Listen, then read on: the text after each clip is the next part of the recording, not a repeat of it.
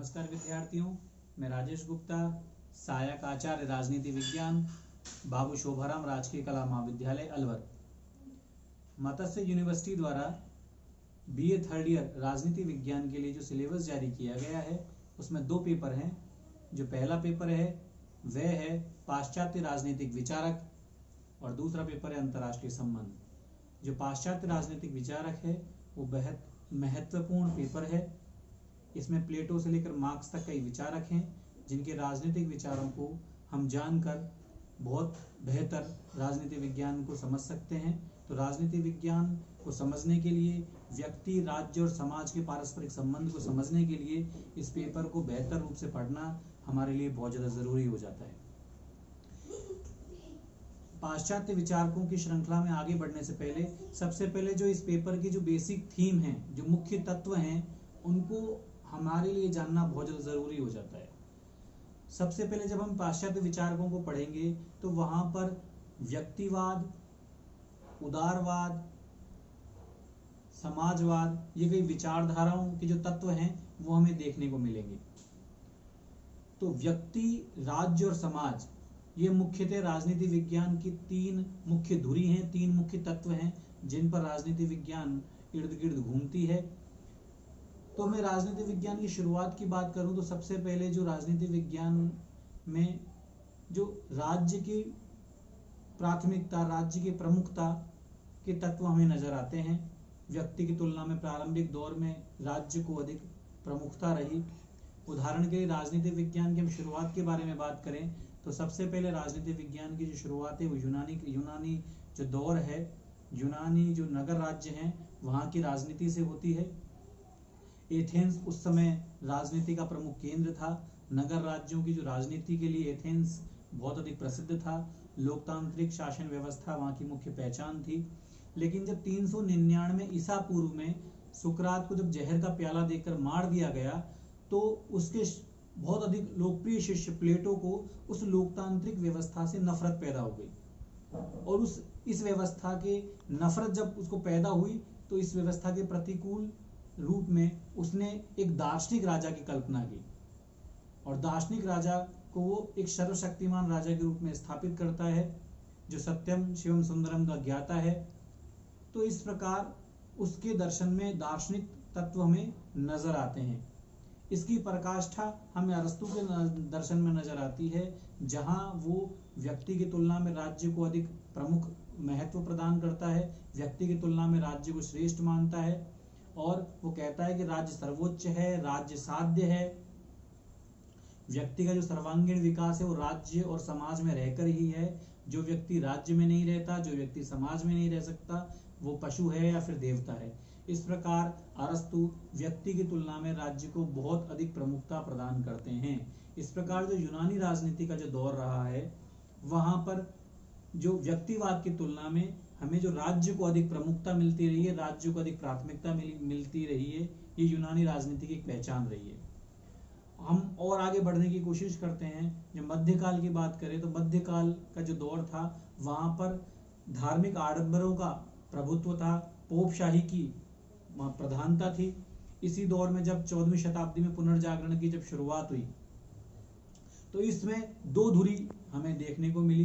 कुछ ऐसे विचारक थे जिन्होंने राज्य की तुलना में चर्च को श्रेष्ठ माना। ग्रेगरी थे, सेंट ऑगस्टाइन, ये कुछ विचारक हैं जो राज्य की तुलना में चर्च को महत्व देते हैं। लेकिन पुनर्जागरण जब हुआ, छापे खाने की मशीन का आविष्कार हुआ, इसकी वजह से जो स्वतंत्रता प्रेमी जो कई साहित्यकार थे उनकी जो पुस्तकें हैं, उनके साहित्य को कई अन्य भाषाओं में अनुवाद करके लोगों को पढ़ने का जब मौका मिला और उनमें स्वतंत्रता के प्रति अलग जागृत हुई, इसके फलस्वरूप कुछ विचारकों ने चर्च की जो धार्मिक आडंबर की जो नीति थी उनका विरोध किया और राज्य की प्रभुसत्ता का भी उन्होंने समर्थन किया। कुछ ऐसे इस दौर में कुछ ऐसे विचारक भी हुए जिन्होंने चर्च की राज्य के ऊपर जो प्रमुखता है उसका विरोध किया। जैसे उदाहरण के लिए मार्सिलियो ऑफ पेडुआ का नाम बहुत अधिक फेमस है। मैकियावेली एक ऐसा विचारक है जिसे आधुनिक युग का जनक भी कहा जाता है।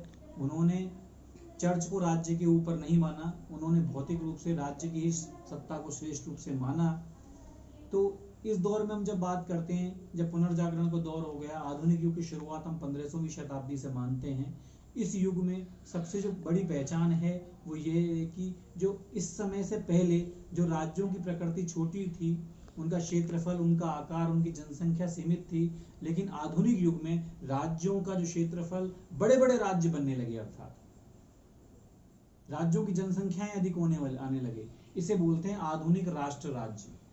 और आधुनिक राष्ट्र राज्य जब अस्तित्व में आया तो यहाँ पर लोगों की अपेक्षाएं बढ़ने लगी, लोग अपने लिए स्वतंत्रता और अधिकारों की मांग करने लगे, और यहीं से एक नई विचारधारा का जन्म प्रमुखतया होता है। उसका नाम है उदारवाद। उदारवाद ऐसी विचारधारा है जिसका प्रारंभिक रूप हमें व्यक्तिवाद के रूप में नजर आता है, अर्थात जो व्यक्तिवाद है वह व्यक्ति के हितों पर ज्यादा बल देती है, वो राज्य की तुलना में व्यक्ति को अधिक प्रभावी मानती है, व्यक्ति को श्रेष्ठ मानती है और व्यक्ति की स्वतंत्रता का समर्थन करती है। और इस व्यक्तिवाद, जिसे आगामी या अग्रिम रूप से इसे उदारवाद कहा गया, उसकी जो जन्मदाता है वो इंग्लैंड है। और इंग्लैंड में जॉन लॉक इसका सबसे बड़ा प्रवक्ता माना गया। जो हॉब्सवादी विचारक, जो जिसे हम वेस्टर्न थिंकर में पढ़ेंगे, हॉब्स और लॉक, वो इंग्लैंड के हैं, इसलिए उनके दर्शन में कहीं न कहीं स्वतंत्रता और व्यक्तिवाद नजर हमें देखने को आता है। यदि सबसे पहला एग्जाम्पल हम यदि हॉब्स के रूप में लें तो हॉब्स एक अपनी सामाजिक समझौते का सिद्धांत देता है, जिसमें वो कल्पित प्राकृतिक अवस्था की बात करता है और कहता है कि उस कल्पित प्राकृतिक अवस्था में लोग अपने जीवन की रक्षा के लिए समझौता करते हैं और सारे अधिकार राज्य या शासक को सौंप देते हैं। लेकिन फिर भी चूंकि वो इंग्लैंड का है और कहीं न कहीं वो देश काल परिस्थिति से प्रभावित है, इसीलिए वो समझौते में एक बात बाद में बोलता है कि यदि राज्य लोगों को उनके जीवन के अधिकार से वंचित करता है तो लोग उसका विरोध कर सकते हैं। तो यहाँ पर जो हॉब्स है वो व्यक्तिवाद की ओर मुड़ जाता है, और जो लॉक का दर्शन देखें वो तो पूरी तरीके से सीमित शासन के कॉन्सेप्ट पे और स्वतंत्रता के सिद्धांत पर टिका हुआ है। इसके बाद हम रूसो का यदि नाम लें तो रूसो का जो सिद्धांत है वो प्रत्यक्ष प्रजातंत्र से जुड़ा हुआ है, क्योंकि रूसो स्विट्जरलैंड में उसका जन्म हुआ था। इसकी वजह से रूसो का कहीं न कहीं जो दर्शन है वो स्विट्जरलैंड की विचारधारा पर नजर आता है। स्विट्जरलैंड में प्रत्यक्ष प्रजातंत्र है जो रूसो के विचारों से ही प्रेरित है, क्योंकि रूसो बोलता है कि किसी भी सभा में जो निर्णय है वो सर्वसम्मति, सबकी जो तात्विक इच्छा है, जो सामान्य कल्याण है, उसी आधार पर निर्णय लिया जाना चाहिए। सामान्य इच्छा के आधार पर जो निर्णय की बात रूसो करता है, इसीलिए रूसो के दर्शन में प्रत्यक्ष प्रजातंत्र नजर आता है। इसके बाद जो जेएस मिल है वो भी इंग्लैंड का है और वो नकारात्मक स्वतंत्रता का बहुत बड़ा प्रवक्ता माना जाता है, क्योंकि वो लोगों को असीमित विचारों की स्वतंत्रता देना चाहता है। वो तो जो जेएस मिल है वो पागलों और संकीलों जो लोग हैं उनको भी असीमित स्वतंत्रता देने की बात करते हैं। एक जो अब व्यक्तिवाद के बाद और जो राज्य, ये दोनों अलग अलग जो व्यक्ति और राज्य की जो थ्योरी को समझने के बाद एक तीसरा जो महत्वपूर्ण बिंदु है वो है समाज, और इसके मुख्य प्रवक्ता हैं कार्ल मार्क्स। कार्ल मार्क्स अपनी थ्योरी में राज्य को पूंजीपति वर्ग का एक शोषण का हथियार मानते हैं।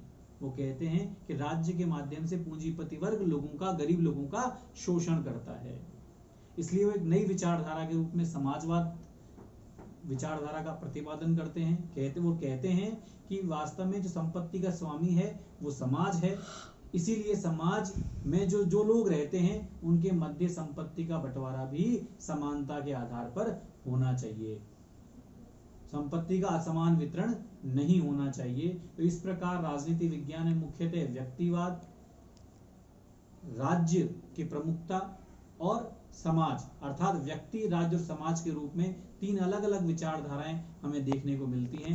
जब हम पाश्चात्य विचारक पढ़ेंगे तो इनको बहुत डिटेल से, बहुत गहराई से, बहुत अच्छे से पढ़ने की कोशिश करेंगे, लेकिन चूंकि पाश्चात्य विचारकों पर हम आगे बढ़ने से पहले हमें व्यक्ति, राज्य और समाज, इन तीनों से जुड़े हुए विचारों को प्रारंभिक रूप से समझना, जानना जरूरी था।